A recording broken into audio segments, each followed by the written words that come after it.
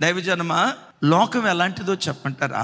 ఎవరైనా చిన్న వయసులో తండ్రిని పోగొట్టుకున్నారనుకోండి, వాడిని చూసి లోకం ఏమంటుందో తెలుసా?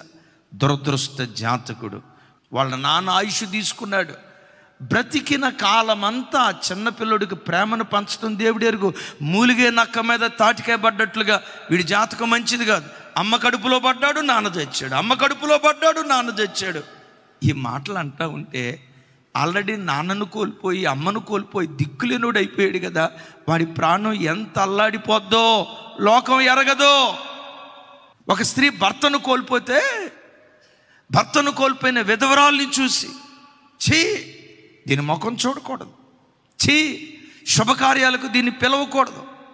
విధవరాలు ఎదురొస్తూ ఉంటే అమ్మో మనకు అపశకునం అని చెప్పి విధవరాలిని చూసి దాటి వెళ్ళిపోయే ఆల్రెడీ భర్తను కోల్పోయి జీవితంలో ఒంటరిగా మిగిలిపోయి తాను అల్లాడిపోతూ ఉంటే మూలిగే నక్క మీద తాటికాయ పడ్డట్లుగా విధవరాలను చిన్నచూపు చూసే లోకం.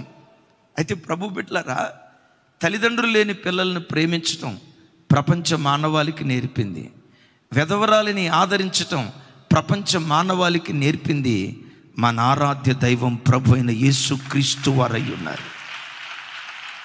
మీరు బ్రతుకుతున్న చోట విధవరాళ్ళు ఉన్నారు కదా, చిన్న వయసులో భర్తను కోల్పోయి వైధవ్యంతో అల్లాడిపోతున్న విధవరాలు ఉంది కదా, ఎప్పుడైనా ఆ విధవరాలను చూసి నాకు ఆ మంచి భర్త ఉన్నాడు, పిల్లలు ఉన్నారు, పాపం ఆ బిడ్డ ఆలనా పాలన చూసేది ఎవరో, ఆ బిడ్డకు నేను చేయగలిగిన సహాయం చేయాలని నీకు అనుకూలత కలిగినప్పుడు ఎప్పుడైనా విధవరాలను పరామర్శించినట్లుగా నీ జ్ఞాపకం ఉందా?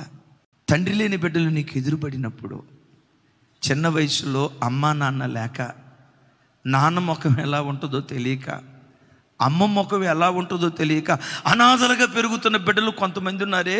నువ్వు బ్రతుకుతున్న సమాజంలో తల్లి తండ్రి లేని దిక్కులేని పిల్లలు ఎప్పుడైనా నీకు కనపడినప్పుడు నీకు చేతనైనంత సహాయం, నీ పిల్లలకు మంచి బట్టలు కొనిపెట్టినట్లుగా, నీ కుమార్తెలకు చక్కటి చక్కటి వస్త్రాలు కొనిపెట్టినట్లుగా, తల్లి తండ్రి లేని బిడ్డలకు ఎప్పుడైనా వారి ఇబ్బందులను ఎరిగి వాళ్ళకి ఎప్పుడైనా సహాయం చేసినట్లుగా జ్ఞాపకం నీకుంటే, వాళ్ళకి ఎప్పుడైనా నువ్వు సహాయం చేస్తే నీ భక్తి ఎలాంటిదో తెలుసా?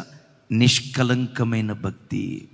తండ్రి అయిన దేవుని ఎదుట నిష్కలంకమైన భక్తి ఏమనగా, దిక్కులేని పిల్లలను, విధవరాండ్రను వారి ఇబ్బందులలో పరామర్శించుటయే దేవుని ఎదుట నిష్కలంకమైన భక్తి.